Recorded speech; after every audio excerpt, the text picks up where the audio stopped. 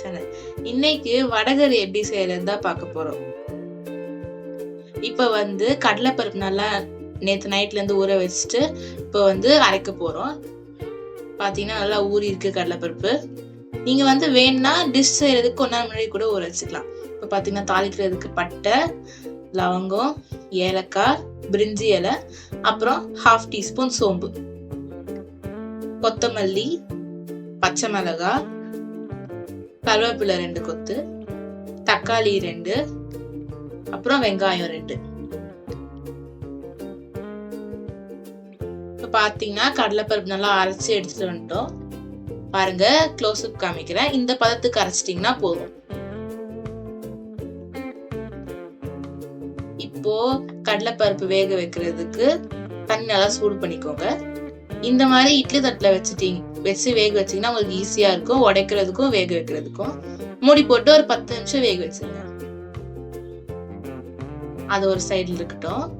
ஒரு கடாயில தேவையான அளவு எண்ணெய் ஊத்திக்கலாம்.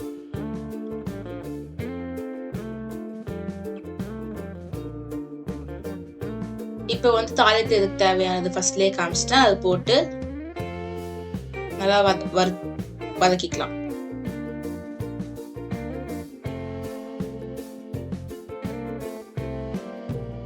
இப்ப கருவேப்பிலை போட்டுக்கலாம்.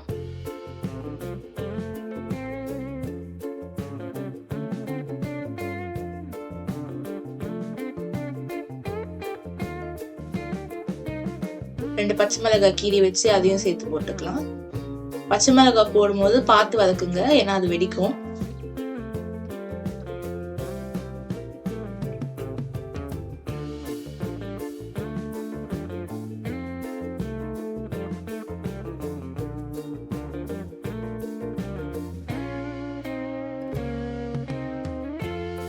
அடுத்தது நம்ம வெட்டி வச்ச வெங்காயம் போட்டுக்கலாம்.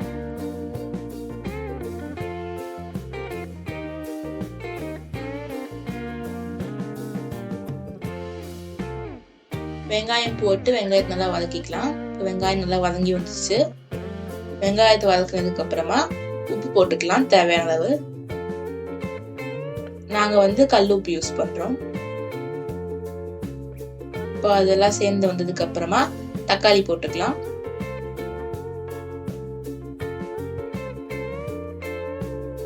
தக்காளி போட்டு தக்காளி நல்லா சுருங்குற வரைக்கும் வதக்கிக்கலாம். இப்போ தக்காளி வெங்காயம் நல்லா வதங்கி வந்ததுக்கு அப்புறமா 1.5 டீஸ்பூன் மிளகாத்தூள்,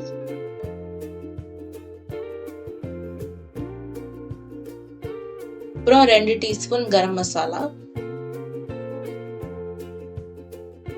அப்புறம் 1/2 டீஸ்பூன் மஞ்சள் போட்டுக்கலாம்.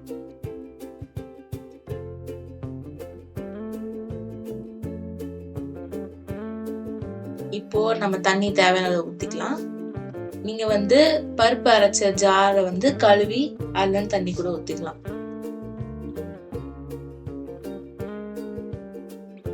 நாங்க இன்னும் கொஞ்சம் தண்ணி சேர்த்துக்கிறோம்.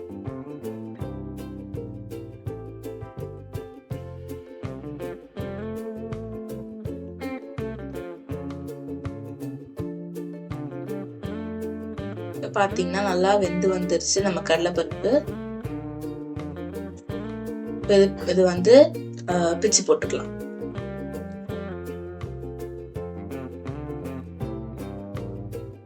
நான் மஞ்சள் அப்பவே சொல்லிட்டேன், ஆனா இப்ப போட்டுக்கலாம்.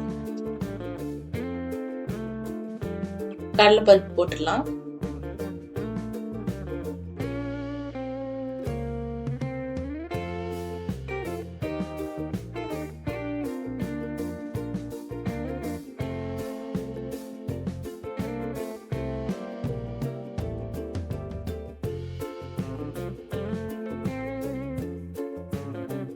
கடலைப்பருப்பு போட்டு ஒரு நல்லா கிண்டி விட்டுக்கலாம்.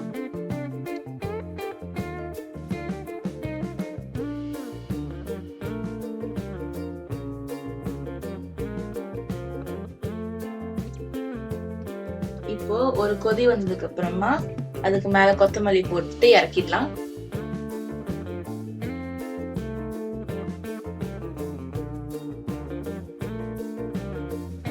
இப்போ பாத்தீங்கன்னா நம்ம சூப்பரான வடகறி ரெடி.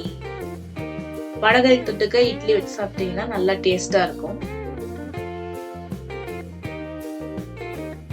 பாருங்க எவ்வளவு நல்லா இருக்குன்னு. தேங்க்யூ ஃபார் வாட்சிங்.